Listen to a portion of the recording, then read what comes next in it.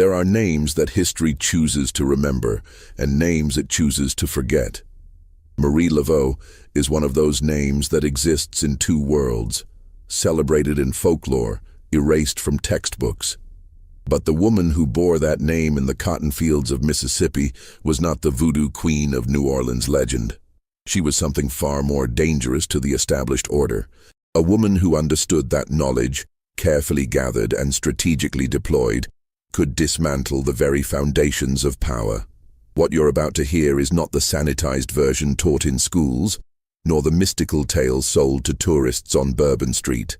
This is the story they refused to print in history books because it revealed an uncomfortable truth: that the enslaved were not passive victims waiting for salvation, but architects of their own liberation, using weapons far more subtle than rebellion. And Marie Laveau, a Mississippi slave whose real story was deliberately obscured, wielded those weapons with a precision that would change dozens of lives forever. The Natchez district of Mississippi in 1839 was a place where fortunes were measured in human beings and land. The Mississippi River carved through the landscape like a vein of commerce, carrying cotton downstream to New Orleans and wealth upstream to the plantation owners who controlled thousands of acres of rich bottomland. The Beaumont plantation stretched across 3,000 acres of that fertile soil, and at its center stood a white columned house that represented everything the South wanted to believe about itself: graceful, refined, built on what they called tradition, but what was actually the systematic exploitation of 247 souls who had no choice but to make that wealth possible. The plantation operated like a small kingdom with its own internal economy, its own hierarchy of power, its own systems of reward and punishment. At the top sat the Beaumont family, Charles Beaumont, the patriarch who had inherited the land from his father. His wife, Eleanor, who managed the household with an iron hand disguised in silk gloves. Their eldest son, Thomas, studying law in Vicksburg with ambitions toward politics. And their younger children, 2 daughters who were being groomed for advantageous marriages, and a son still in his teens who would eventually inherit the plantation. Below the family came the overseers and managers, men like Cyrus Holt, whose job was to extract maximum productivity from the enslaved population while maintaining enough order to prevent rebellion. Holt was a man in his 40s, lean and weathered, with eyes that missed nothing and a reputation for cruelty tempered only by economic calculation. He understood that damaged property was less valuable, so his punishments were carefully calibrated to inflict pain without reducing work capacity. Below the overseers came the enslaved population itself, divided into hierarchies that reflected the plantation's needs. House slaves who worked in the main residence, field hands who worked the cotton from planting to harvest, skilled workers like blacksmiths and carpenters, and those with specialized roles like midwives and healers. Into this carefully structured world came Marie Laveau on a Tuesday in March 1839, purchased at auction in Natchez for $850. The auction had taken place in the Forks of the Road, the second largest slave market in the South, where human beings were displayed on platforms and examined like livestock. Marie had stood on that platform with her eyes downcast, her posture suggesting submission, while potential buyers assessed her teeth, her hands, her physical condition. The bill of sale described her as healthy, literate, skilled in household management and herb cultivation, approximately 23 years of age, no known defects or vices. That literacy should have raised questions. Teaching slaves to read was illegal in Mississippi, punishable by whipping for the slave and fines for anyone who taught them. But Beaumont's purchasing agent, a man named Dalton who handled such transactions, saw only an opportunity. A literate slave who could keep records of medicinal supplies and read receipts for herb orders would be more valuable than one who couldn't. What the bill of sale didn't mention was where Marie had acquired her literacy, or why her previous owner, a Louisiana planter named Rousseau, had been so eager to sell her despite her obvious value. There were no references provided, no detailed history, no explanation for why a valuable, skilled slave would be sold at all. Dalton had asked, of course, but Rousseau's agent had been vague. Something about the owner downsizing his operations, needing capital, the usual explanations that might or might not be true. The truth, which Dalton didn't know and which Marie would never volunteer, was that Rousseau had sold her because he'd become afraid of her. Not because she'd done anything overtly rebellious, not because she'd been violent or disobedient, but because he'd begun to notice that things happened around her. Accusations against slaves would mysteriously fall apart. Punishments would be avoided through circumstances that seemed coincidental, but occurred too frequently to be mere chance. Information that should have been secret would somehow become known to people who could use it to their advantage. Rousseau couldn't prove Marie was behind any of it, but he'd developed a superstitious dread of her nonetheless. So he'd sold her, taking a loss on the price just to have her gone from his property, and he'd been deliberately vague about her history to ensure the sale went through. Marie arrived at Beaumont Plantation in the back of a wagon, her few possessions wrapped in a cloth bundle. She was assigned to the cabin row behind the main house, a collection of rough wooden structures that housed the domestic slaves. Each cabin held 4 to 6 people, with minimal privacy and less comfort. Marie's cabin was slightly better than the field hands' quarters. It had a wooden floor instead of packed dirt, and a small window that actually had shutters. But it was still a far cry from anything that could be called comfortable. She shared the cabin with 3 other women. Dinah, who was in her 40s and managed the main house laundry, had been at Beaumont her entire life and knew every detail of the plantation's operations. Rachel, younger and quieter, worked in the kitchen and had a small child who stayed in the nursery cabin during work hours. And Lily, who was around Marie's age and worked as a seamstress, making and mending clothes for both the enslaved population and occasionally for the Beaumont family. That first night, Marie said little. She arranged her few possessions on the narrow shelf above her pallet with careful precision, a small wooden box that contained needles and thread, a cloth bundle of dried plants that gave off a faint medicinal smell, and a leather journal so worn the cover had gone soft as fabric.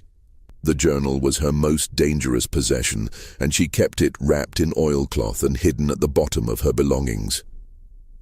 "You can read?" Dinah asked, watching Marie handle the journal. The question was cautious, almost whispered, because literacy was dangerous knowledge. Marie looked at her steadily, assessing how much truth to reveal. "I can remember things," she said carefully. "Recipes. Remedies. Things my grandmother taught me. Sometimes I make marks to help me remember, but I don't know if that counts as reading." It was an answer that wasn't quite an answer, suggesting literacy without claiming it, and Dinah recognized the intelligence in that evasion. She nodded slowly. "Best to be careful about what you know and what you don't know," she said. "Holt doesn't like slaves who are too clever." "I'll remember that," Marie said, and meant it. The next morning, Marie was taken to meet her primary supervisor, the plantation's head cook, a woman named Patience who had worked at Beaumont for 30 years and wielded considerable authority in the domestic hierarchy. Patience was a large woman in her 50s, with hands scarred from decades of kitchen work and eyes that assessed Marie with the same thoroughness that Dalton had used at the auction, though for different purposes. "You know herbs?" Patience asked, getting straight to business. "Yes, ma'am. My grandmother was a healer in Louisiana. She taught me which plants help with fever, which ones ease pain, which ones can be made into poultices for wounds." "Can you grow them or just use what's already there?" "I can grow them. I know which plants need sun, which need shade, which ones grow well together and which ones don't." Patience nodded, satisfied. "The herb garden behind the kitchen house has been neglected since old Martha died last year. Nobody else knows enough about plants to keep it properly. That'll be your main work. Tend the garden. Prepare remedies when people are sick. Keep records of what you use so we can account for supplies. You'll also help in the kitchen when we need extra hands, especially during harvest season when we're feeding extra workers." She led Marie to the herb garden, which was indeed in poor condition. Weeds had overtaken most of the beds, and the plants that remained were struggling. But Marie could see the bones of a good garden underneath the neglect. The layout was sensible, with taller plants positioned to provide afternoon shade for those that needed it, and a water barrel positioned to catch rain from the kitchen house roof. "I can work with this," Marie said, already planning in her mind which plants to save, which to remove, what new herbs to cultivate. "You'll have mornings to work the garden," Patience told her. "Afternoons you'll be available for medical calls. If someone in the quarters is sick, you'll go tend them. Evenings you'll help in the kitchen. Sundays you'll have to yourself, except for emergencies." It was a demanding schedule, but Marie had expected nothing less. What mattered was that the work gave her a legitimate reason to move around the plantation, to interact with people from different parts of the operation, to observe and listen and gather information. Over the next few weeks, Marie established herself in her role. She worked the herb garden with systematic efficiency, clearing weeds, amending soil, transplanting struggling plants to better locations. She began to cultivate new herbs from seeds and cuttings she'd brought with her. Feverfew for headaches, comfrey for wounds, chamomile for stomach ailments, valerian for sleep troubles, willow bark for pain and fever. But more importantly, she began to observe the plantation's operations with the same systematic attention she gave to her garden. She noticed patterns in how decisions were made, how information flowed through the hierarchy, where power was concentrated and where it was diffuse. She noticed, for instance, that Cyrus Holt kept detailed records in the plantation office.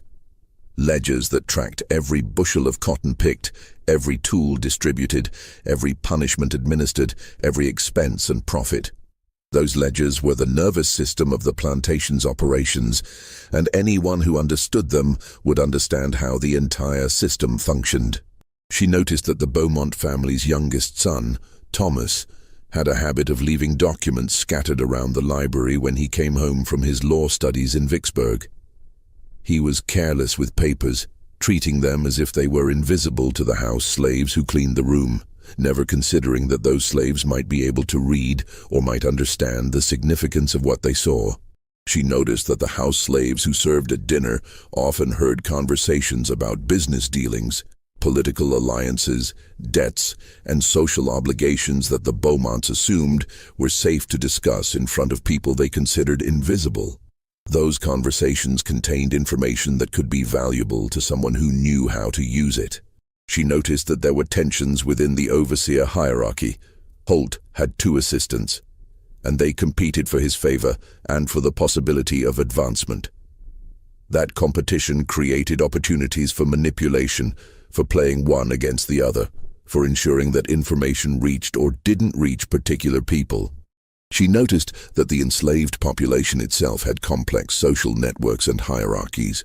There were people who were respected for their skills, people who were trusted with secrets, people who served as informal leaders in the quarters. Understanding those networks would be essential to accomplishing anything. And she noticed that information, carefully gathered and strategically shared, could change the balance of power in ways that violence never could. Marie began to cultivate relationships with key people in the plantation's social structure. She did this carefully, never pushing, never seeming too interested, just being helpful and observant and gradually earning trust. With Dinah, who managed the laundry and had access to the main house, Marie shared remedies for the arthritis that plagued Dinah's hands. In return, Dinah shared observations about the Beaumont family's habits, their moods, their concerns. It wasn't presented as intelligence gathering, just the natural conversation of women who worked together and shared living space. With Patience, who supervised the kitchen and heard much of what happened in the main house, Marie proved herself reliable and skilled, becoming someone Patience could depend on.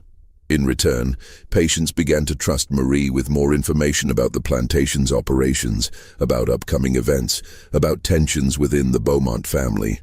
With the field hands, Marie provided medical care that was more attentive than they'd received from the previous herb woman.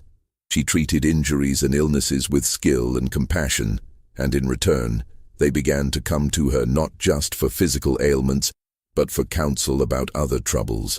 Within 3 months of her arrival, Marie had established herself as someone valuable, someone trustworthy. someone who saw and heard things but who seemed to have no agenda beyond doing her work well. And then she began to test her methods.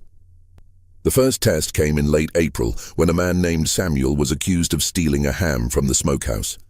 Samuel was a field hand in his 30s, strong and capable, with a wife named Grace and 2 young children. The accusation came from one of Holt's assistants, a man named Briggs, who was new to the plantation and eager to prove his vigilance. The evidence seemed clear. Samuel had been seen near the smokehouse at an unusual hour, late evening after the workday had ended. When the smokehouse was inventoried the next morning, a ham was missing. A search of the quarters found the ham hidden in a cloth sack near Samuel's cabin, buried under some loose boards. The punishment for theft was typically 20 lashes, administered publicly so that the entire enslaved population would witness the consequences of stealing from the master. Sometimes the punishment was more severe if the owner wanted to make a particular example. Samuel maintained his innocence desperately. He swore he'd never taken the ham, never been to the smokehouse that evening, had no idea how the meat had ended up near his cabin. But his word meant nothing against the physical evidence and the testimony of an overseer's assistant. He was locked in the plantation jail, a small brick building near the overseer's house, to await punishment that would come at week's end, when the entire enslaved population would be assembled to watch. Marie heard about this on a Wednesday evening, when Grace came to her cabin in tears, begging for help. "He didn't do it," Grace insisted. "Samuel wouldn't steal. He knows what would happen. He wouldn't risk it. Not with the children to think about. Someone's lying, or someone made a mistake. But he didn't do it." Marie listened carefully, asking questions. "Who saw him near the smokehouse?" "Briggs, the new assistant overseer. He said he saw Samuel walking that direction around dusk." "Did anyone else see him?" "No, just Briggs." "And the ham was found near your cabin?" "Yes, buried under some loose boards behind the cabin. But anyone could have put it there. We don't lock our cabin. Nobody does. Anyone could have hidden it there to make it look like Samuel took it." Marie considered this carefully. "Tell me about Briggs. What do you know about him?" Grace shook her head. "Not much. He's only been here a month. Came from somewhere in Alabama. Holt hired him to replace the assistant who left. He's young, maybe 25, and he's always trying to impress Holt, always looking for problems to solve." "Has he had any conflicts with Samuel specifically?" "Not that I know of. Samuel barely knows him." Marie filed all of this information away, her mind already working through possibilities. "I'll see what I can learn," she told Grace. "I can't promise anything, but I'll try." Over the next day, Marie began to gather information with systematic precision. She talked to people who worked near the smokehouse, asking casual questions about who'd been around that evening. She talked to people who lived near Samuel's cabin, asking if they'd seen anyone unusual in the area. She paid attention to Briggs, observing his behavior, his interactions with other overseers, his patterns of movement around the plantation. And she discovered something interesting. Briggs had a visitor the week before, a younger man, maybe 20 or 21, who'd arrived on horseback and stayed at the overseer's quarters for 2 nights. Several people had seen him, though nobody knew who he was. He'd left early one morning, before most people were awake, heading toward the road that led to Natchez. Marie also discovered that Briggs had been making small errors in the plantation's record-keeping, nothing major, but enough to suggest either incompetence or deliberate falsification. Cotton weights that didn't quite add up. Tool inventories that were slightly off. Small discrepancies that Holt hadn't noticed yet, because Briggs was new and still learning the systems. And she discovered something else. Cyrus Holt's nephew, a young man named James who lived in Vicksburg, had been trying to get a position as an overseer on various plantations in the region. He'd been unsuccessful so far, but he was persistent, and he had a reputation for being willing to do whatever was necessary to prove himself. Marie began to construct a hypothesis. What if the visitor had been James Holt? What if he'd come to visit his uncle, and while he was there, had taken the ham, not to eat it but to take it with him when he left, as a gift from his uncle? What if Briggs, knowing about the missing ham and desperate to prove his value to Holt, had decided to frame someone for the theft rather than admit he didn't know what had happened to it? What if he'd chosen Samuel simply because Samuel had been in the wrong place at the wrong time, walking past the smokehouse on his way to somewhere else? It was speculation, but it fit the facts. And more importantly, it suggested a way to create doubt about Samuel's guilt. Marie couldn't confront Briggs or Holt directly. She had no standing, no authority, no voice in the plantation's power structure. But she could plant information in places where it would grow into questions that others would ask. She started with patience. The next morning, while helping in the kitchen, Marie mentioned casually that she'd been gathering herbs near the overseer's quarters the previous week and had seen a young man leaving early one morning, carrying something wrapped in cloth. Probably just a visitor, Patience said, not particularly interested. Probably, Marie agreed, though he looked a bit like Mr. Holt, now that I think about it. Same build, same way of walking. Could have been a relative. Patience's hands paused in the bread dough she was kneading. Holt had a visitor. I don't know for certain, just someone I saw. Might have been nobody important. But the seed was planted. Patience, who was naturally curious and who had her own complicated relationship with the overseer hierarchy, began to wonder. She mentioned it to Dinah that evening just as casual conversation. Dinah, who cleaned the overseer's quarters and would have known if there was a visitor, confirmed that yes, someone had stayed there for 2 nights the previous week. Did Holt mention it to Mr. Beaumont? Patience asked. Not that I heard, Dinah said. But then why would he? People have visitors all the time. True, Patience agreed, though it's odd that a visitor would leave so early in the morning, before breakfast even, almost like he was in a hurry or didn't want to be seen. The information began to circulate through the house slave network, not as accusation but as curiosity. And because house slaves talked to the Beaumont family members they served, the information eventually reached Eleanor Beaumont, who managed the household accounts and had a sharp mind for details that didn't add up. Eleanor mentioned it to her husband that evening, not as anything important, just as an oddity she'd heard. Did you know Cyrus had a visitor last week? His nephew, apparently, though he didn't mention it. Charles Beaumont frowned. He didn't mention it to me. Probably didn't think it was important, though the servants said the young man left very early before dawn. Seemed odd to me. Beaumont, who trusted his overseer but also trusted his wife's instincts about household matters, filed the information away.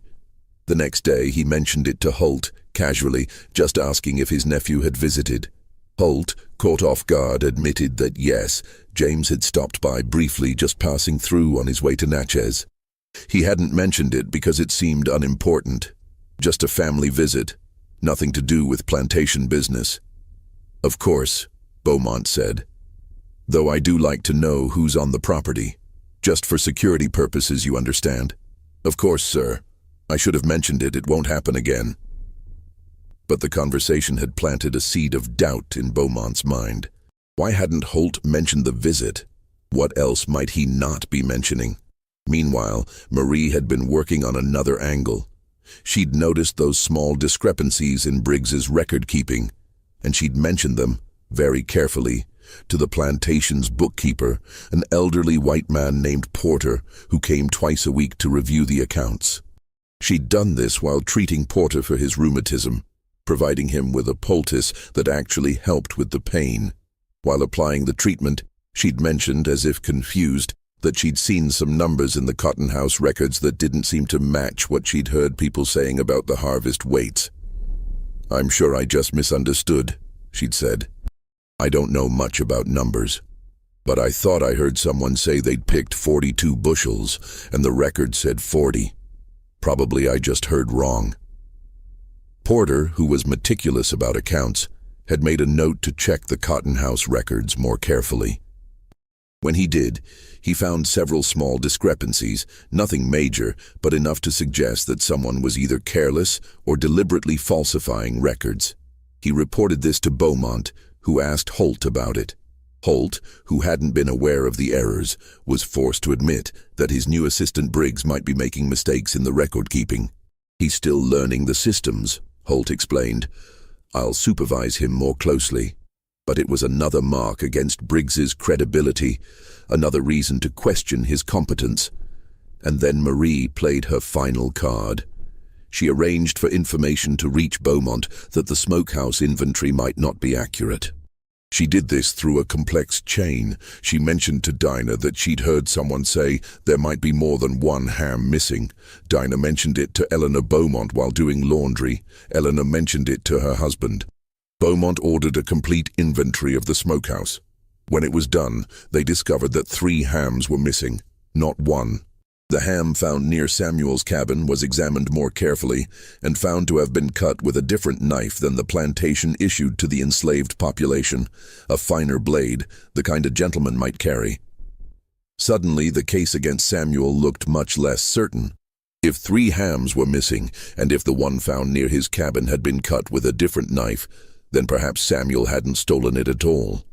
Perhaps someone else had taken the hams, possibly Holt's nephew, as a gift from his uncle, and perhaps Briggs, discovering the theft and not wanting to admit he didn't know what had happened, had framed Samuel by planting one of the hams near his cabin. It was all speculation, but it created enough doubt that Beaumont couldn't proceed with the punishment in good conscience. He ordered Samuel released, with the explanation that the evidence was insufficient to prove guilt beyond doubt. Samuel returned to his family, shaken but unharmed. Briggs was reprimanded for the errors in his record-keeping and told to be more careful in his accusations. Holt was instructed to inform the plantation management of any future visitors to his quarters. And Marie, who had orchestrated the entire sequence of events with nothing but careful observation and strategic conversation, continued tending her herbs as if nothing had happened. But word spread through the enslaved community, not in any obvious way, but through the subtle communication networks that connected people across the plantation.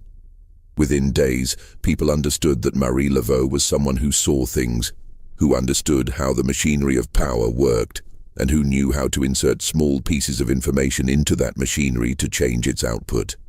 They began coming to her, not just for remedies for their bodies, but for something else. The second case came in June, when a woman named Clara was threatened with sale. Clara was in her late 20s, a skilled seamstress who made clothes for both the enslaved population and occasionally for the Beaumont family. She had a daughter, 8 years old, who worked in the main house as a helper to the cook. The threat of sale came because Charles Beaumont had accumulated debts from a failed cotton speculation scheme. He'd invested heavily in cotton futures, betting that prices would rise, but instead they'd fallen, and now he owed money to several creditors. One of those creditors, a man named Garrett, who owned a plantation in Louisiana, had offered to forgive part of the debt in exchange for several slaves, including Clara. Garrett had a reputation throughout the region as a brutal owner. Stories circulated about slaves who'd been sold to his plantation and had died within months from overwork and mistreatment. Being sold to Garrett was considered only slightly better than being sold to the Deep South plantations, where conditions were even worse. Clara came to Marie in desperation. "They're going to sell me," she whispered, tears streaming down her face.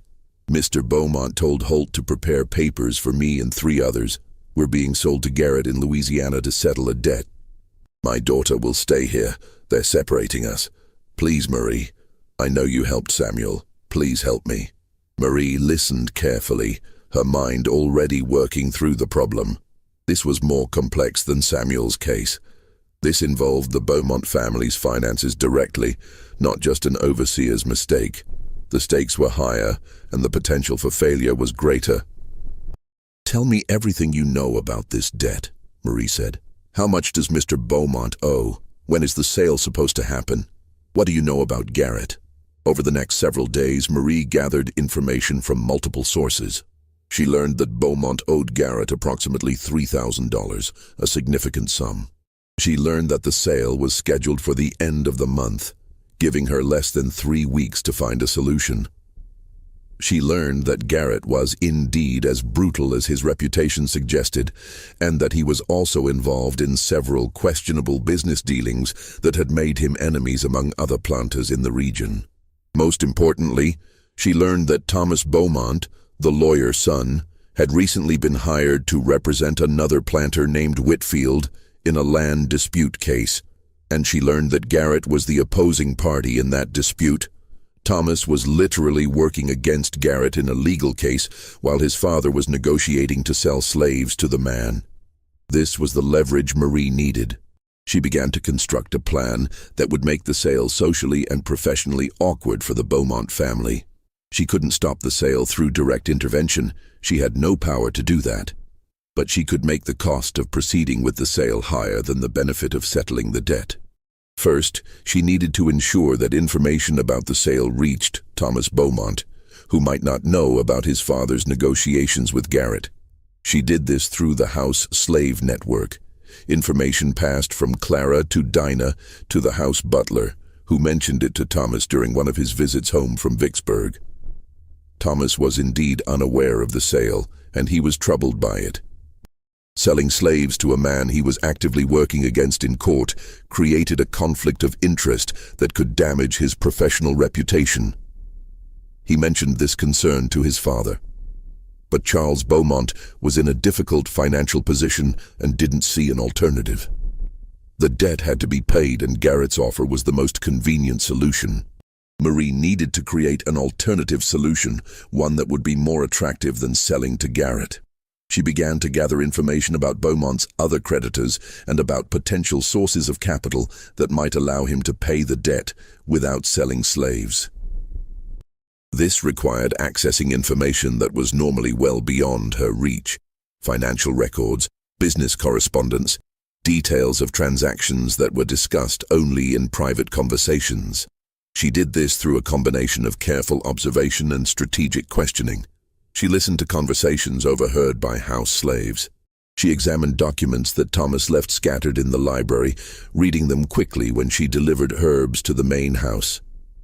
She talked to slaves from other plantations who came to Beaumont for various reasons, gathering information about business dealings and financial situations across the region. And she discovered something useful. Another planter named Prescott, who owned a plantation about 20 miles away, had recently come into significant capital through the sale of land. Prescott was looking for investment opportunities, and he had a long-standing rivalry with Garrett that made him inclined to work against Garrett's interests whenever possible.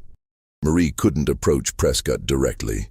She was a slave, and he would never take a business proposition from her seriously. But she could ensure that information about Beaumont's financial situation reached Prescott through channels that would make it seem like a business opportunity rather than a desperate plea for help. She did this through a complex chain of communication. She mentioned to a slave named Peter, who worked for a merchant family in Natchez, that she'd heard the Beaumont family was looking for alternative financing for some business debts. Peter mentioned this to his owners, who mentioned it in casual conversation to other merchants. The information eventually reached Prescott through his own business network. Prescott, who was indeed looking for investment opportunities and who disliked Garrett, saw an opportunity to both make money and undermine his rival. He approached Beaumont with an offer. He would provide a loan at favorable terms to pay off the debt to Garrett, and in exchange, Beaumont would give him a share in the next cotton harvest and would use Prescott's cotton broker for future sales. Beaumont, seeing an opportunity to settle his debt without selling slaves and without dealing with Garrett, accepted the offer. The sale was cancelled, and Clara remained at Beaumont Plantation with her daughter. Clara never knew the full extent of what Marie had done to save her. She knew only that the sale had been cancelled, that she and her daughter would not be separated, and that somehow, impossibly, things had worked out. But others in the enslaved community began to understand that Marie LAVEAU was operating on a level of sophistication that went far beyond simple luck or coincidence. She was manipulating the plantation's power structure with a precision that suggested deep understanding of how that structure functioned. And they began to come to her with increasingly complex problems. By the fall of 1840, Marie had established herself as a figure of quiet authority in the quarters. People came to her not just for medicine, but for counsel about problems that seemed unsolvable. A man whose wife had been threatened with sale to another plantation. A woman whose son had been falsely accused of breaking a valuable tool. A couple who wanted to marry but knew the overseer would separate them out of spite because the man had once challenged his authority. Marie listened to all of them. She asked questions that seemed irrelevant. Who had been present when the accusation was made? What other events had happened that day? What conversations they'd overheard? What patterns they'd noticed in the overseer's behavior or the Beaumont family's decisions? And then, with patience that seemed infinite, she would begin to work. She never did anything directly. She never confronted anyone with power, never made accusations, never put herself at risk. Instead, she would plant information the way she planted seeds in her garden, carefully, in the right soil, at the right time, and then she would wait for it to grow. Each intervention followed a similar pattern. First, gather information from multiple sources to understand the full context of the problem. Second, identify leverage points, places where small amounts of information could create large changes in outcome. Third, plant that information through trusted intermediaries who would pass it along without knowing its ultimate purpose. Fourth, wait for the information to work its way through the system and create the desired change. Fifth, remain invisible throughout the entire process so that no one could trace the outcome back to her involvement. It was a method that required patience, intelligence, and a deep understanding of human psychology and social systems. Marie had all three. When a man named Joseph was accused of laziness and threatened with punishment, Marie discovered that the accusation came from Briggs, the assistant overseer, who was still trying to prove his worth after the Samuel incident. She also discovered that Briggs had been making errors in the cotton weight records, small discrepancies that suggested either incompetence or deliberate theft. She mentioned these discrepancies to the plantation bookkeeper during a visit to treat his rheumatism, framing it as innocent confusion about numbers she'd seen. The bookkeeper investigated, found the errors, and reported them to Beaumont. Briggs was dismissed, and Joseph's supposed laziness was forgotten in the larger scandal of the falsified records. When a woman named Ruth was being pressured by one of the Beaumont family's visiting relatives, Marie discovered information about the man's debts and gambling habits. She ensured that this information reached the man's wife through a complex chain of gossip that made it seem like common knowledge rather than deliberate revelation. The wife confronted her husband, who left the plantation in disgrace, and Ruth was safe. When a couple named Daniel and Esther wanted to marry but knew the overseer would separate them, Marie discovered that the overseer had been skimming supplies from the plantation stores and selling them in Natchez for personal profit. She ensured that evidence of this theft reached Beaumont through the bookkeeper. The overseer was dismissed, and the new overseer who replaced him had no objection to Daniel and Esther's marriage. Each intervention was small, almost invisible. But together they began to create something larger, a sense among the enslaved population that they were not entirely powerless, that there were ways to resist that didn't require violence or escape, that information and intelligence could be weapons as powerful as any physical force. Marie became a legend in the quarters, though not in any obvious way. People didn't talk about her openly, didn't attribute specific outcomes to her intervention. But they understood that she was someone who could help, someone who saw patterns that others missed, someone who understood how to work within the system to change outcomes. And that kind of influence, even when exercised subtly, eventually attracts dangerous attention. Cyrus Holt was not a stupid man. He had been an overseer for 15 years, working on plantations across Mississippi and Louisiana, and he had learned to recognize patterns in slave behavior that suggested potential trouble. He knew the signs of rebellion, secret meetings, whispered conversations that stopped when he approached, unusual movements at night, weapons being hidden or made. But Marie Laveau didn't fit any of those patterns. She didn't hold secret meetings. She didn't whisper conspiratorially. She didn't move around at unusual hours or show any interest in weapons or escape. She simply tended her garden, prepared her remedies, and went about her work with quiet efficiency. Yet things kept happening around her. Accusations fell apart. Punishments were avoided. His own authority was undermined in ways he couldn't quite trace back to any single source. And when he paid attention, he noticed that Marie seemed to be present at the edges of many of these situations, not directly involved, but somehow connected. By the summer of 1840, Holt had begun to watch Marie with increasing attention. He couldn't prove anything. She was too careful for that. But suspicion doesn't require proof. And Holt's suspicion grew with each incident that seemed to work out too conveniently for the enslaved population. He began to ask questions. He talked to other overseers, asking if they'd noticed anything unusual about Marie. He watched her movements, noting where she went and who she talked to. He tried to find evidence of wrongdoing, hidden documents, secret meetings, anything that would justify punishment. But Marie had anticipated this. She'd known from the beginning that success would eventually draw attention, and she'd prepared for it. She became even more careful, even more circumspect in her movements and conversations. She stopped intervening in situations where the risk was too high, focused on smaller matters, things that wouldn't draw direct attention. She also began to cultivate a reputation for being simple and superstitious, someone who believed in folk remedies and old stories, but who had no real understanding of the plantation's power structure.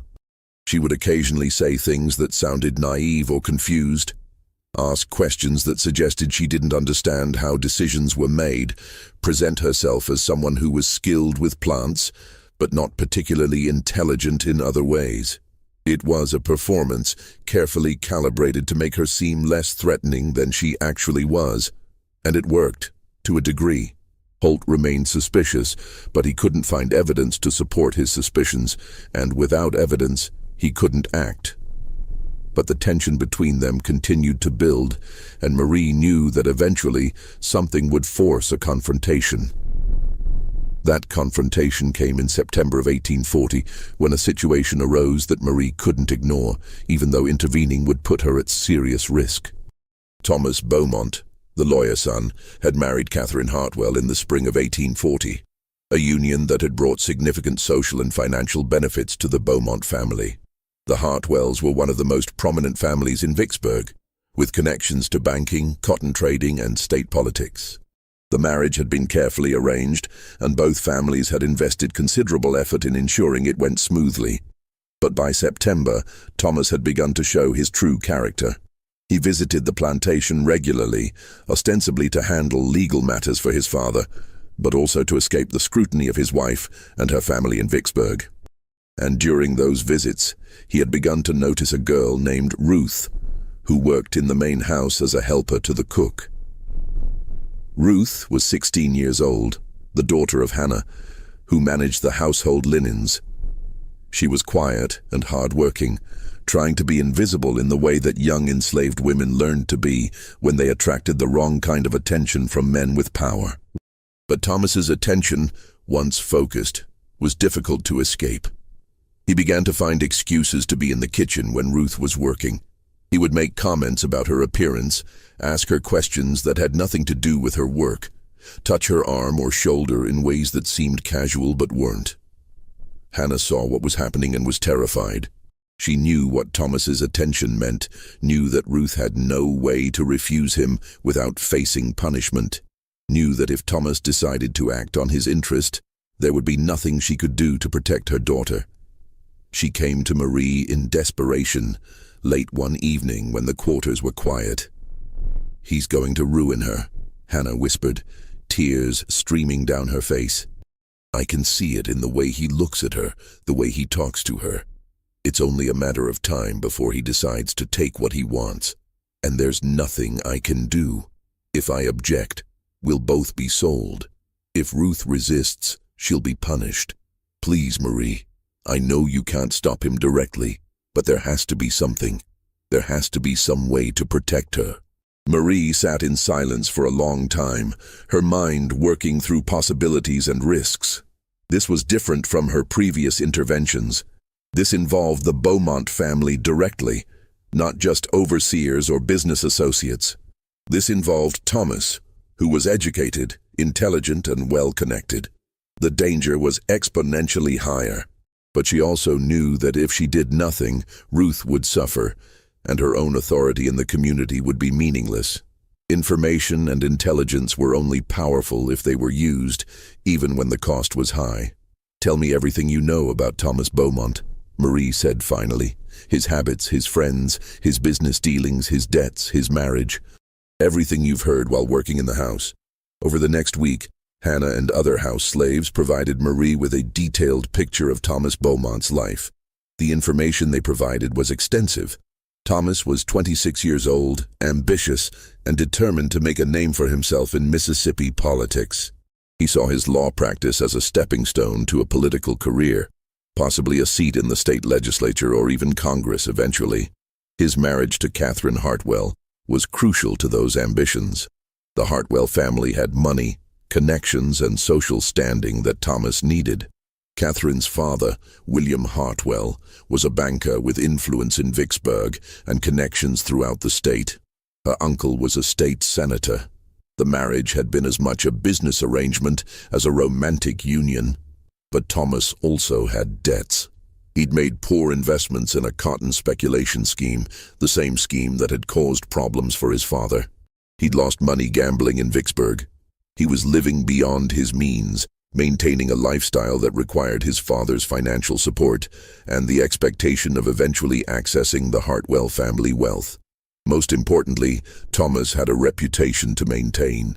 He presented himself as a gentleman, a man of honor and refinement, someone worthy of the Hartwell family's trust and investment. Any scandal, any hint of impropriety could damage that reputation and jeopardize both his marriage and his political ambitions. Catherine's mother, Mrs. Hartwell, was known to be a woman of strong moral convictions who took her family's reputation seriously. She had been initially skeptical of Thomas, concerned that he was marrying Catherine for money rather than love, and she had made it clear that she would be watching his behavior carefully. Marie absorbed all of this information, turning it over in her mind, looking for leverage points. She couldn't confront Thomas directly, that would be suicidal. She couldn't tell Catherine about his intentions toward Ruth. A slave's word would never be believed over a white man's denial. She couldn't even ensure that Ruth was never alone with Thomas. He had the authority to order her presence whenever he wanted. But she could make Thomas aware that his actions were being observed and that those observations might reach people who could damage his reputation and his future. The plan she constructed was more complex and more dangerous than anything she'd attempted before. It required precise timing, multiple intermediaries, and a deep understanding of the social networks that connected the planter class. Marie began by ensuring that Ruth was never in a position where Thomas could approach her without witnesses. She arranged for Ruth's work schedule to be changed so that she was always in the kitchen when other people were present, never alone in rooms where Thomas might corner her. This was presented to patients as a matter of work efficiency. Ruth could learn more by working alongside experienced cooks, and having multiple people in the kitchen during busy times made the work go faster. Patients, who had her own concerns about Thomas's behavior, agreed to the change without questioning it too deeply. But Marie knew this was only a temporary solution. Thomas would eventually find another opportunity, or he would simply order Ruth to come to him privately. She needed to create a situation where Thomas would decide on his own that pursuing Ruth was too risky. The key was Mrs. Hartwell, Catherine's mother. If Mrs. Hartwell became concerned about Thomas's character, if she began to watch his behavior more carefully, if she made it clear to Thomas that any scandal would have consequences, then Thomas might reconsider his actions. But how could Marie, an enslaved woman with no access to the Hartwell family, influence Mrs. Hartwell's perceptions? The answer lay in the complex social networks that connected plantation families across the region. Information traveled through those networks constantly. Gossip, rumors, observations, concerns. If Marie could insert the right information into those networks, it would eventually reach Mrs. Hartwell through seemingly natural channels. Marie learned that Mrs. Hartwell was planning to visit Natchez in October to attend a series of social events. She would be staying with friends, the Chambers family, who owned a plantation about 10 miles from Beaumont. Marie began to cultivate a relationship with a slave named Peter, who worked for the Chambers family. She did this by sending herbs and remedies to the Chambers plantation, establishing herself as a resource for medical care. Peter, who suffered from chronic headaches, became a regular recipient of Marie's feverfew tea, and in return, he began to share information about the Chambers household. Through Peter, Marie learned about the social events Mrs. Hartwell would be attending, about the other families who would be present, about the topics of conversation that were likely to come up. And then she began to plant seeds of information that would grow into concerns about Thomas Beaumont's character. She started by having casual conversations with Peter about plantation life, about the challenges of working for families with young men who sometimes behaved inappropriately toward enslaved women. She never mentioned Thomas specifically, never made direct accusations, just general observations about how some young men of the planter class had habits that their wives' families might find troubling if they knew about them. Peter, understanding the subtext, began to have similar conversations with other slaves in the Chambers household. Those conversations, filtered through several people, eventually reached the Chambers family's house slaves, who mentioned them in the careful, indirect way that house slaves learned to communicate information to their owners. Mrs. Chambers, who was hosting Mrs. Hartwell and who wanted to ensure her guest was comfortable and well-informed, mentioned in casual conversation that she hoped Thomas Beaumont was treating Catherine well, that she'd heard some young men in the area had reputations for being less honorable than they appeared. Mrs. Hartwell, already protective of her daughter and already somewhat skeptical of Thomas, asked what Mrs. Chambers had heard. Mrs. Chambers, not wanting to make specific accusations without evidence, said only that she'd heard vague concerns, nothing concrete, probably nothing to worry about. But perhaps Mrs. Hartwell might want to observe Thomas more carefully during her visit, just to be certain he was the man he presented himself to be. This conversation, seemingly innocent, planted a seed of doubt in Mrs. Hartwell's mind. She began to pay more attention to Thomas's behavior, to ask Catherine questions about their marriage, to observe how Thomas interacted with others. Meanwhile, Marie had been working on another angle. She'd discovered that Thomas had been seen in Natchez at a gambling house on several occasions, losing money he couldn't afford to lose. This information came from slaves who worked in Natchez, who saw things that white society assumed were invisible to them. Marie ensured that this information also reached the social network, again through indirect channels. A slave who worked at the gambling house mentioned to a slave who worked for a merchant family that he'd seen Thomas Beaumont there several times, betting heavily. That information made its way through several conversations to reach the Chambers family, who mentioned it to Mrs. Hartwell. Mrs.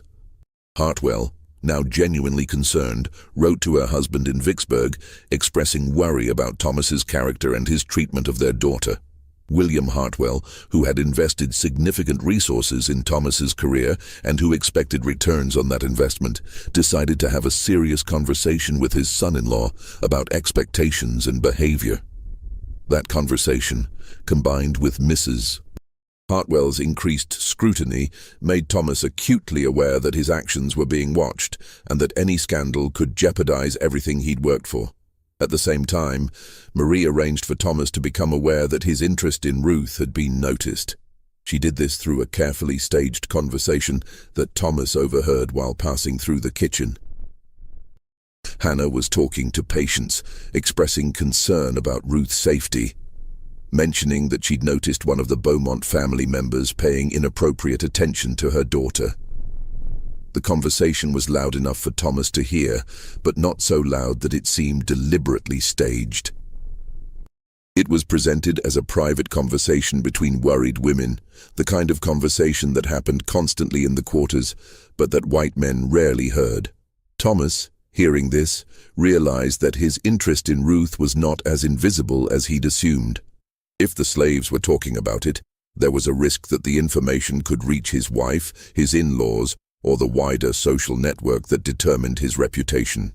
The combination of increased scrutiny from his mother-in-law, awareness that his behavior was being observed, and the risk of scandal made Thomas reconsider his intentions. He began to avoid the kitchen when Ruth was working, to focus his attention on his legal work and his political ambitions, to present himself as the honorable gentleman he claimed to be. Ruth, without ever knowing the complex web of information and influence that had been woven around her, found that Thomas's attention had shifted elsewhere. She remained safe, working in the kitchen, unaware of how close she'd come to disaster and unaware of who had protected her.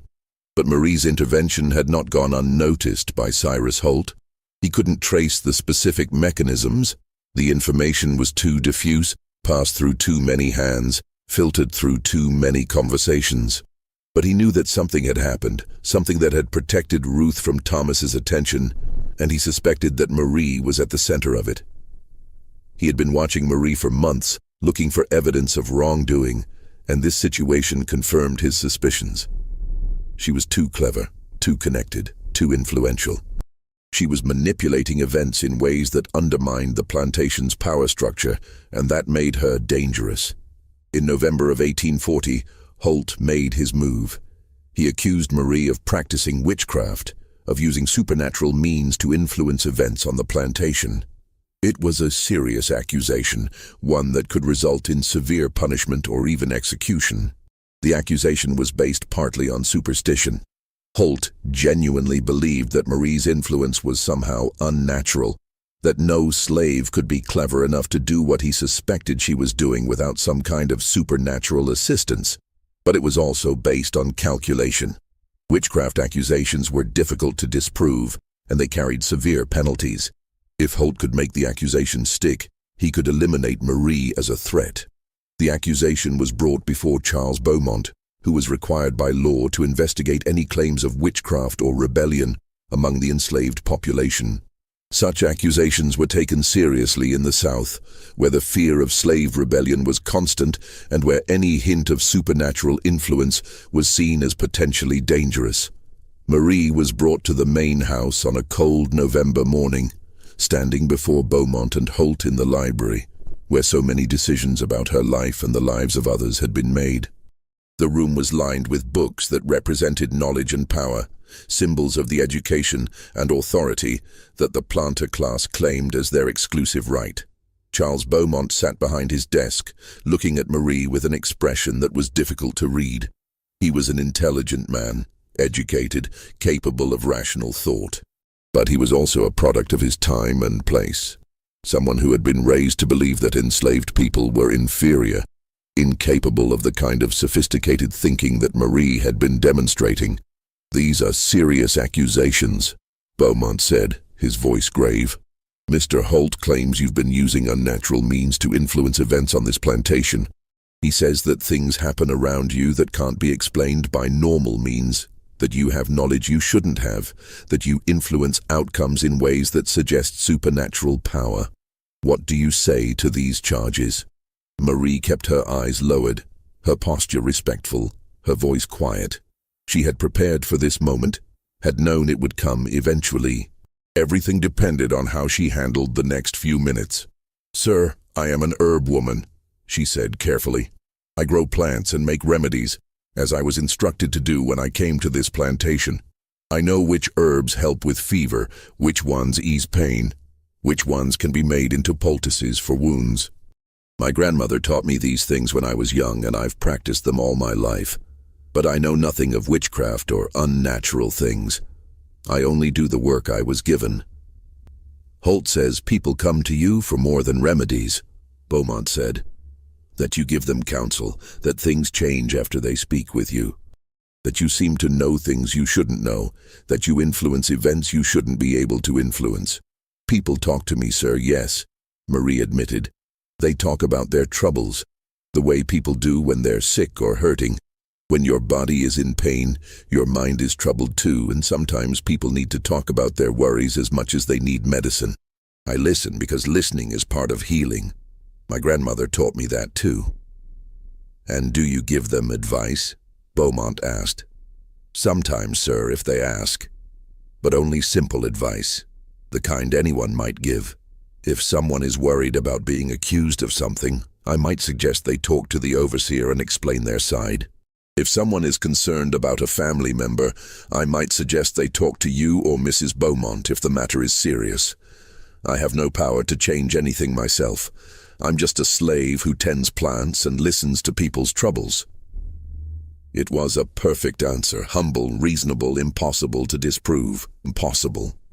She presented herself as someone who was skilled in a narrow area, but who had no understanding of the larger power structures. Someone who gave only the most basic advice that any person might give. Holt's face reddened with frustration. She's lying, he said. She's manipulating people. She knows things she shouldn't know. She influences things she shouldn't be able to influence. She's too clever by half. Being clever is not the same as practicing witchcraft, Beaumont said mildly. Intelligence is not supernatural. But she's a slave, Holt protested. Slaves aren't supposed to be that intelligent. Beaumont looked at him with an expression that suggested he found this argument unconvincing. I've known many intelligent slaves, Mr. Holt. Intelligence is not limited to any particular race or condition. Marie is clearly intelligent, and she's clearly skilled at her work. But that doesn't mean she's practicing witchcraft.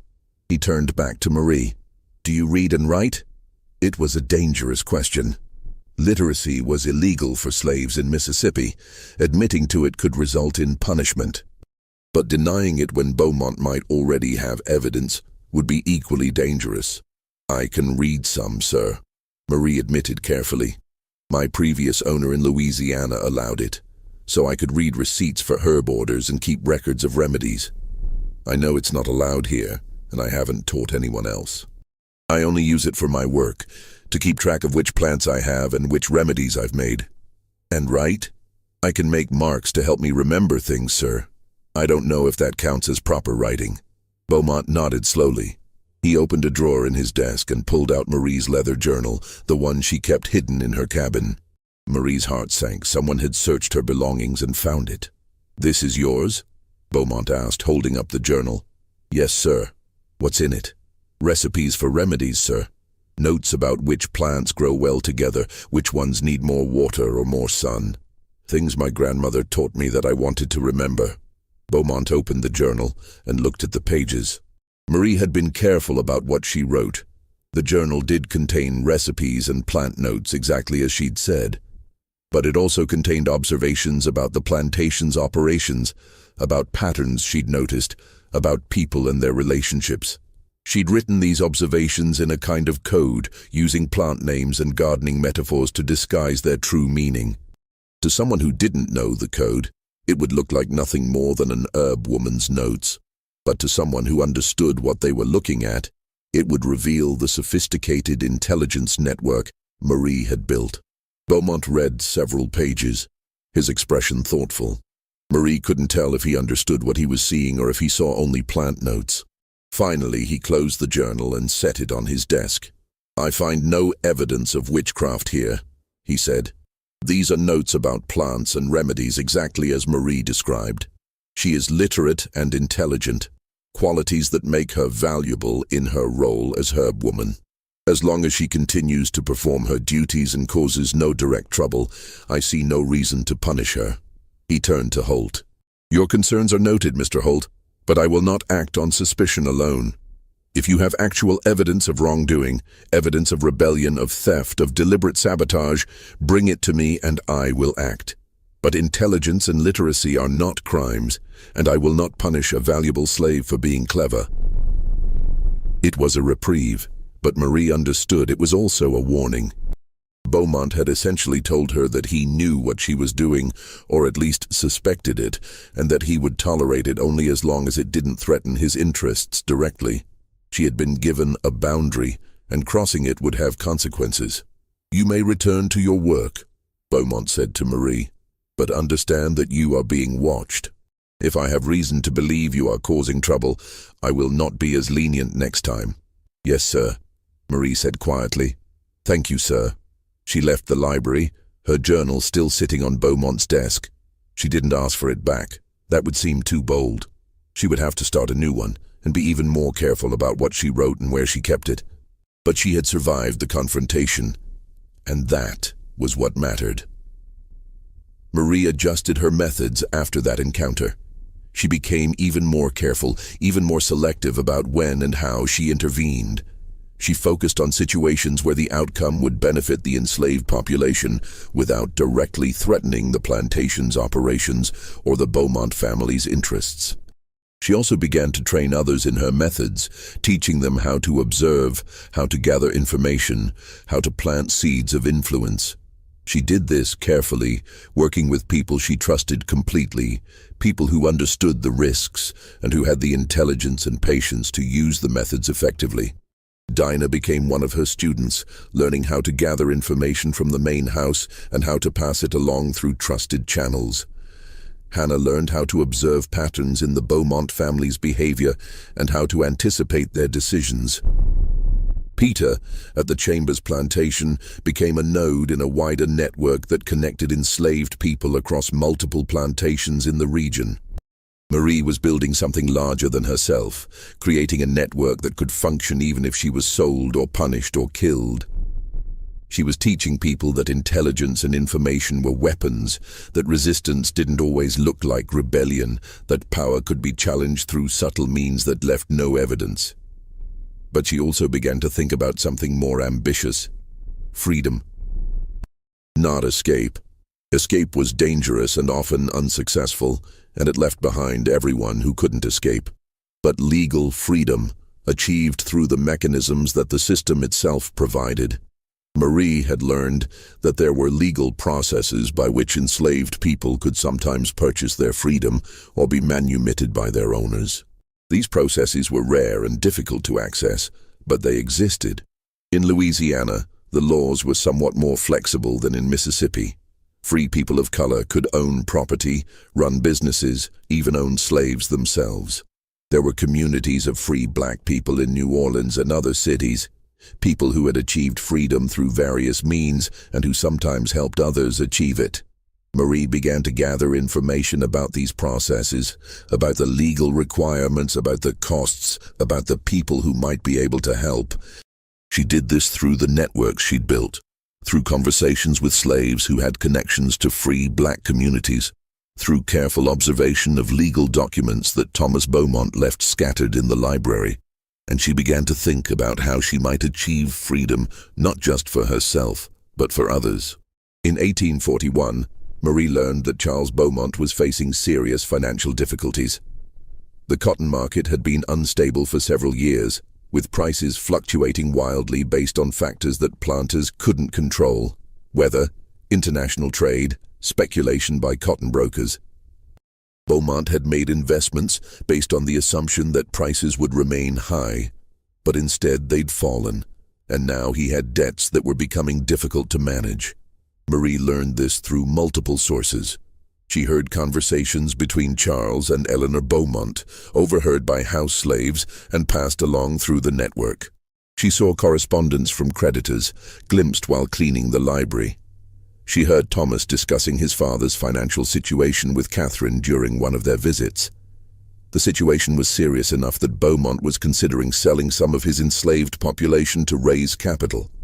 This was a crisis for the entire community. Sales meant families separated, people sent to plantations where conditions might be far worse. The network Marie had built scattered to the winds.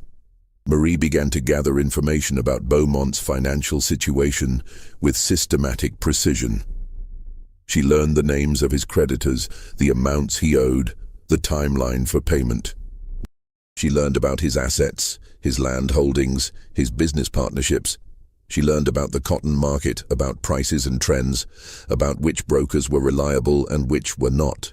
She gathered this information from dozens of sources, conversations overheard by house slaves, documents glimpsed by those who cleaned the library and the plantation office, casual comments made by visitors to the plantation, information passed along by slaves from other plantations who were connected to the network.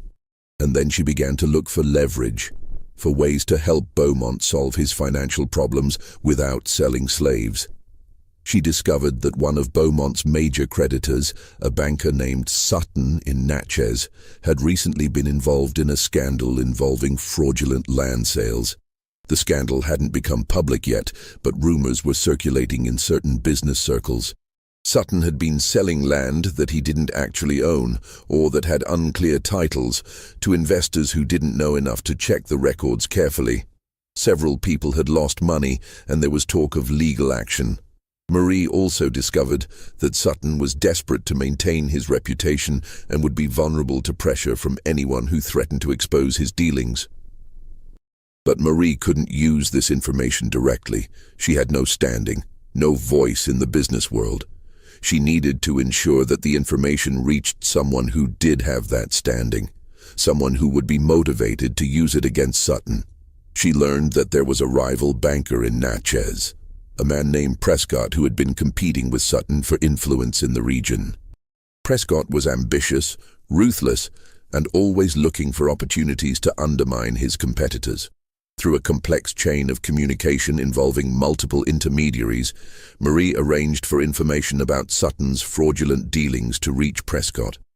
The information was presented as a rumor overheard by a slave who worked in Sutton's household, passed along through the informal networks that connected enslaved people across different plantations and businesses. The chain worked like this. Marie told Peter, who worked at the Chambers plantation, that she'd heard rumors about questionable land deals in Natchez. Peter mentioned this to a slave who worked for a merchant family in Natchez. That slave mentioned it to another slave who worked in Sutton's household, asking if there was any truth to the rumors. That slave, who had indeed seen documents related to the fraudulent sales, confirmed that yes, there seemed to be problems with some of Sutton's land deals. This confirmation made its way back through the chain, gaining credibility with each retelling. Eventually, the information reached a free black man in Natchez who had business connections to Prescott's bank. This man, seeing an opportunity to gain favor with Prescott, mentioned the rumors to one of Prescott's associates. Prescott investigated the rumors and found them to be true. He then saw an opportunity to both damage his rival and expand his own business. He approached several of Sutton's clients, including Charles Beaumont, with an offer. He would provide them with loans on favorable terms to pay off their debts to Sutton, and in exchange, they would shift their banking business to Prescott's institution. Beaumont, seeing an opportunity to escape his financial difficulties without selling his slaves, accepted the offer. Prescott provided a loan that allowed Beaumont to pay off his debts, and in return, Beaumont agreed to use Prescott's bank for future transactions and to give Prescott a share in the next cotton harvest. The crisis was averted. The enslaved population at Beaumont Plantation remained intact. No families were separated, and no one except Marie knew that she had orchestrated the entire sequence of events, that she had identified the leverage point, constructed the chain of communication, and ensured that the right information reached the right person at the right time. To everyone else, it appeared to be nothing more than fortunate timing and business competition. Over the next 3 years, from 1841 to 1844, Marie continued her work with increasing sophistication. She intervened in dozens of situations, protecting people, preventing separations, mitigating punishments. She became a legend in the enslaved community, not just at Beaumont, but across the region, as word of her methods spread through the networks that connected plantations. But she also began to use her influence for something more ambitious: facilitating freedom. Marie had learned that there were several mechanisms by which enslaved people could achieve legal freedom. First, manumission by the owner, where the owner voluntarily freed a slave, usually in recognition of long service or special circumstances. This was rare, but not unheard of. Second, self-purchase, where a slave who had been allowed to earn money could buy their own freedom. This required the owner's cooperation and was only possible in states like Louisiana, where the laws allowed it. Third, purchase by a free person of color, where someone who was already free would buy a slave with the intention of freeing them. This was sometimes done by family members or by free black communities that worked to help enslaved people achieve freedom. Fourth, legal challenges based on technicalities in ownership or sale documents. This was rare and difficult, but occasionally someone would discover that their enslavement was legally questionable and could challenge it in court. Marie began to identify people who might be candidates for freedom through one of these mechanisms. She looked for people who had skills that made them valuable enough that an owner might consider allowing self-purchase. She looked for people who had connections to free black communities in Louisiana or other states. She looked for people whose enslavement might have legal vulnerabilities. And then she began to create situations where freedom became possible. For a man named Daniel who had exceptional carpentry skills, Marie arranged for him to do work for several prominent families in Natchez, building a reputation that made him valuable enough that Beaumont might consider allowing him to purchase his freedom. She did this by mentioning his skills to house slaves who worked for those families, who mentioned them to their employers, who then requested Daniel's services from Beaumont. Daniel's work was so impressive that several families offered to pay premium prices for his services. Beaumont, seeing an opportunity to profit, began to hire Daniel out regularly, allowing Daniel to keep a small percentage of his earnings. Over several years, Daniel saved enough money to make an offer to purchase his freedom. Beaumont, who by this time had resolved his financial difficulties and who saw Daniel as more valuable as a free craftsman who could be hired as needed rather than as a slave who had to be maintained, agreed to the purchase. Daniel became a free man in 1843, at the age of 35. For a woman named Esther, who had saved money from selling vegetables from her garden plot, Marie helped her navigate the legal process of manumission by ensuring that information about the process reached her through a free black woman in Natchez who had connections to lawyers willing to handle such cases. Esther had been saving money for years, selling vegetables and eggs to other slaves and occasionally to white families in the area. She had accumulated nearly $200, a significant sum, but she didn't know how to approach Beaumont about purchasing her freedom, didn't know what the legal process required, didn't know if it was even possible. Marie arranged for Esther to meet with the free black woman, whose name was Helene, during a trip to Natchez to sell vegetables. Helene explained the legal process, connected Esther with a lawyer who could draw up the necessary documents, and helped her prepare a proposal to present to Beaumont.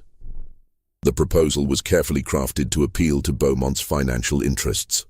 Esther offered not just the $200 she'd saved, but also a promise to continue providing vegetables to the plantation at reduced prices for the next 5 years.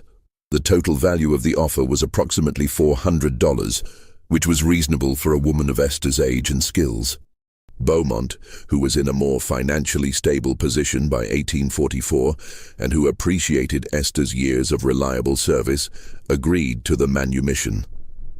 Esther became a free woman, though she continued to live in the area and maintain her connections to the enslaved community. Each case took months or years of careful work, but gradually, people began to achieve freedom through legal means that left no trail back to Marie's involvement. By 1844, Marie herself had saved enough money from selling herbs and remedies to begin considering her own freedom.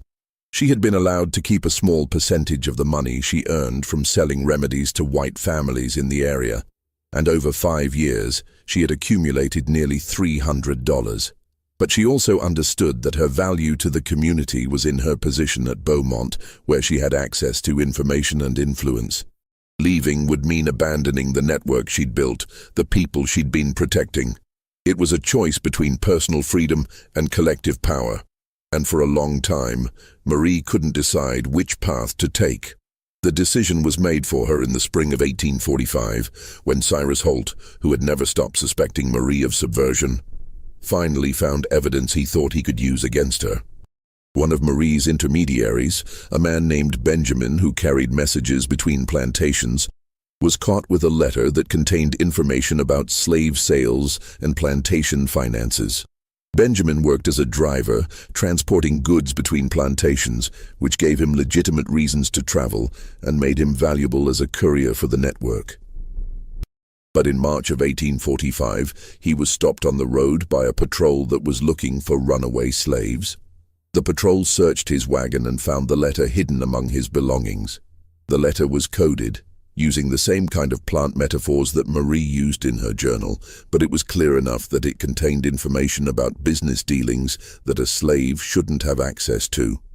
Under interrogation, Benjamin revealed that he'd been gathering information at Marie's request, though he claimed not to know what she did with it or why she wanted it.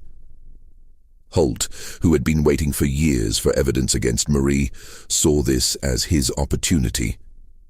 He brought the letter and Benjamin's testimony to Beaumont, arguing that Marie was organizing some kind of intelligence network among the enslaved population, gathering information that could be used for rebellion or escape. This time, Beaumont couldn't ignore the accusation. The evidence was too concrete, the implications too serious. The letter proved that Marie was gathering information about plantation finances and slave sales, information that she had no legitimate reason to have. And Benjamin's testimony confirmed that Marie was directing this information gathering. Marie was arrested and held in the plantation jail while Beaumont decided what to do with her. The enslaved community was terrified. Marie had been their protector, their strategist, their hope. Without her, they would be vulnerable to the full force of the plantation's power structure. People who had relied on her counsel, people who had been saved by her interventions, people who had learned her methods, all of them feared what would happen now. But Marie had prepared for this possibility.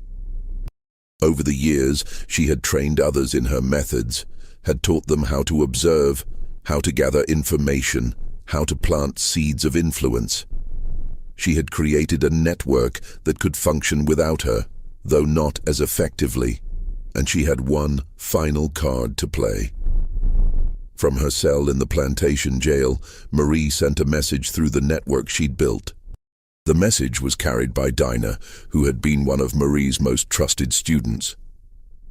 It reached Thomas Beaumont in Vicksburg, where he was now established as a successful lawyer with growing political ambitions.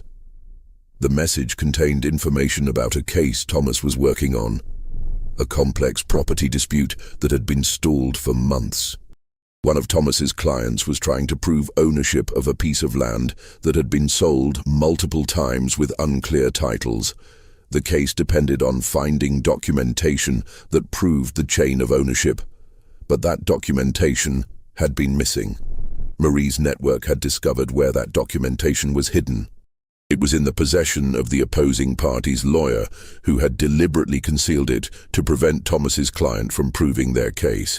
The message told Thomas exactly where to find the documents and how to obtain them legally through a court order. The message also contained a proposal.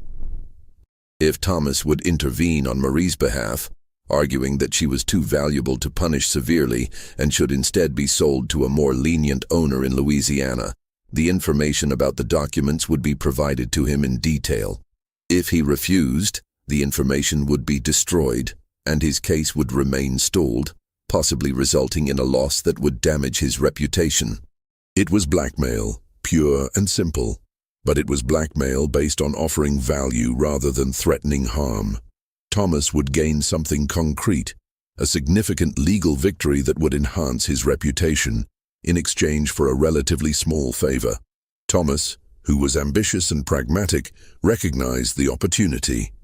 He also recognized that Marie was far too intelligent and dangerous to keep in Mississippi, where she might continue to cause problems for the planter class. But selling her to Louisiana, where the laws were different and where she might eventually achieve freedom, would remove the threat while also providing value to his father. He traveled to Beaumont Plantation and made his case to his father. He argued that Marie was indeed too intelligent and valuable to waste through punishment. Executing her or selling her to a brutal owner would be a loss of valuable property. But selling her to a contact he had in New Orleans, a free black woman named Helene who ran a boarding house and needed someone with Marie's skills, would be more profitable and would remove the source of trouble from the plantation. Charles Beaumont, who was tired of the complications Marie had caused and who saw the financial sense in Thomas's argument, agreed. Marie was sold to Helene in New Orleans for $1,000, a price that reflected her skills and intelligence. The sale was completed in June of 1845. Marie was transported to New Orleans, leaving behind the network she'd built, the people she'd protected, the community that had come to depend on her. But she had also left behind something more important: a method, a way of thinking, a set of techniques that others could use. The network continued to function after her departure, less effectively but still present, still gathering information, still planting seeds of influence, still resisting in ways that left no evidence. Marie arrived in New Orleans in late June of 1845, and her life changed completely. The city was different from anything she'd experienced in Mississippi, larger, more diverse, with a significant population of free people of color who had their own businesses, their own communities, their own forms of power. Helene, the free black woman who had purchased her, was part of a network of free people of color who worked to help enslaved people gain freedom through legal means. The purchase had been arranged specifically to get Marie out of Mississippi and into a situation where she could eventually purchase her own freedom. Helene ran a boarding house in the French Quarter that catered to free people of color and to white clients who were comfortable with the city's more relaxed racial boundaries. She needed someone with Marie's skills to manage the household, to provide medical care for boarders, and to help run the business. The arrangement was clear from the beginning. Marie would work for Helene, earning a salary that would allow her to save money toward purchasing her freedom. The price was set at $1,000, the amount Helene had paid for her, plus interest. It would take time, but it was achievable. Marie threw herself into the work with the same systematic efficiency she'd brought to everything else. She managed the boarding house, tended to sick boarders, cultivated an herb garden in the courtyard, and began to build new networks in New Orleans. She also continued the work she'd been doing in Mississippi, but in a different context. New Orleans had a large population of enslaved people and free people of color, and there were constant opportunities to help people navigate the path to freedom. Marie began to connect with other free people of color who were working toward similar goals. She met lawyers who specialized in manumission cases. She met former slaves who had purchased their freedom and were now helping others do the same. She met activists who were working within the legal system to expand the rights of free people of color. And she began to document the methods she'd developed over the years, the techniques of observation, information gathering, and strategic influence that had allowed her to protect people and facilitate freedom. She wrote these methods down in a new journal, more detailed and systematic than the one Beaumont had confiscated. She described how to observe power structures, how to identify leverage points, how to gather information without being noticed, how to plant information through trusted intermediaries, how to create change without leaving evidence. She wrote about specific cases, analyzing what had worked and what hadn't, identifying principles that could be applied in different contexts. She wrote about the psychology of power, about how people in authority made decisions, about how to influence those decisions without direct confrontation. She wrote about networks, about how to build them, how to maintain them, how to use them to gather and distribute information. She wrote about trust, about how to earn it and how to maintain it, about how to identify people who could be trusted with dangerous knowledge. She wrote about patience, about how change often took months or years, about how to maintain hope and determination when progress seemed impossible. The journal became a kind of manual for resistance, a textbook for using intelligence and information as weapons against oppression. Within 2 years, Marie had earned enough money to purchase her freedom. She became a free woman in 1847 at the age of 31. But she didn't stop the work she'd been doing. Instead, she expanded it. Using the network she'd built in Mississippi and the new connections she'd made in New Orleans, Marie became a facilitator of freedom for others. She gathered information about enslaved people who were candidates for manumission, connected them with lawyers and free black sponsors, and helped navigate the complex legal processes that made freedom possible. She also began to share her journal with others, copying sections and distributing them through trusted networks. The journal was passed from person to person, copied and recopied, its methods adapted and applied in different contexts across the South. It became an underground textbook for resistance, teaching people how to use intelligence and information as weapons against the system that oppressed them. The methods spread, adapted, evolved, becoming part of the toolkit that enslaved people used to resist and survive. Marie LAVEAU lived in New Orleans for the rest of her life, working as a healer and herbalist, but also as a quiet organizer and strategist for the cause of freedom. She never became famous in the way that some abolitionists did. Her methods required secrecy, and her effectiveness depended on remaining in the shadows. But by the time she died in 1881, at the age of 65, she had helped facilitate the freedom of more than 200 people through legal manumission. She had trained dozens of others in her methods of strategic resistance.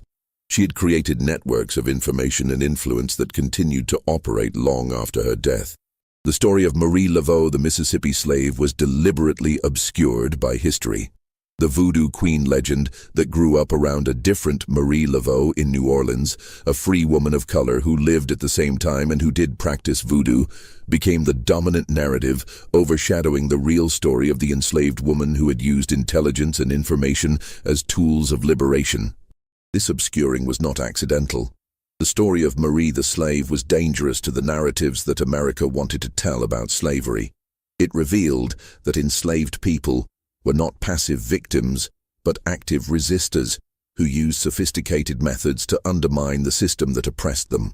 It showed that resistance didn't always look like rebellion, that intelligence and patience could be as powerful as violence. It also revealed uncomfortable truths about the nature of power, that it depended on information and perception, and that those who controlled information could influence outcomes even when they had no formal authority. The schools didn't teach this story because it complicated the simple narratives they preferred. The narrative of helpless slaves waiting for white saviors, or the narrative of violent rebellion as the only form of resistance. Marie's story didn't fit either template. She was neither helpless nor violent. She was strategic, patient, and devastatingly effective. Her methods were documented in that journal, which survived in fragments in various archives. The pages were scattered across different collections, often mislabeled or attributed to others. Some sections were dismissed as apocryphal, as folklore rather than historical fact.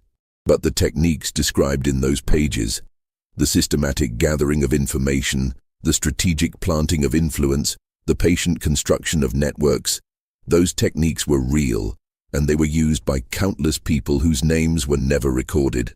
Marie LAVEAU's legacy was not in supernatural powers or mystical practices. It was in the demonstration that knowledge, carefully applied, could dismantle systems of oppression from within. That intelligence was a weapon, that patience was a strategy, that freedom could be built one careful intervention at a time. The Mississippi slave Marie LAVEAU understood something that America has always been reluctant to acknowledge: that the enslaved were not objects acted upon by history, but agents who shaped history through methods that were subtle, sophisticated, and far more dangerous to the established order than any rebellion. That's why her story was refused a place in textbooks. Not because it wasn't true, but because it was too true. And the truth it told was one that challenged every comfortable assumption about power, resistance, and who gets to shape the course of history. The woman who tended herbs in a Mississippi plantation garden and changed the lives of hundreds through nothing but observation and strategic conversation. That woman was more revolutionary than any army and more dangerous to the system than any weapon. And that's exactly why they refused to teach her story in schools. The real Marie Laveau, the one history chose to forget, proved that the most powerful form of resistance is often the one that leaves no trace, the one that works within the system to dismantle it from the inside, the one that uses the master's tools not to tear down the master's house in a dramatic gesture, but to quietly unlock the doors and windows until the whole structure becomes untenable. Her story is a reminder that history is written by those who control the narrative, and that the most dangerous stories are often the ones that are deliberately erased. Because if people understood that intelligence and information could be weapons, that patience and strategy could achieve what violence could not, that systems of oppression could be undermined from within by those who were supposedly powerless. If people understood all of that, then every system of oppression would be vulnerable in ways that those in power could never fully defend against. That's the story they refused to teach in schools. Not because it was false, but because it was true. And the truth, as always, is the most dangerous thing of all.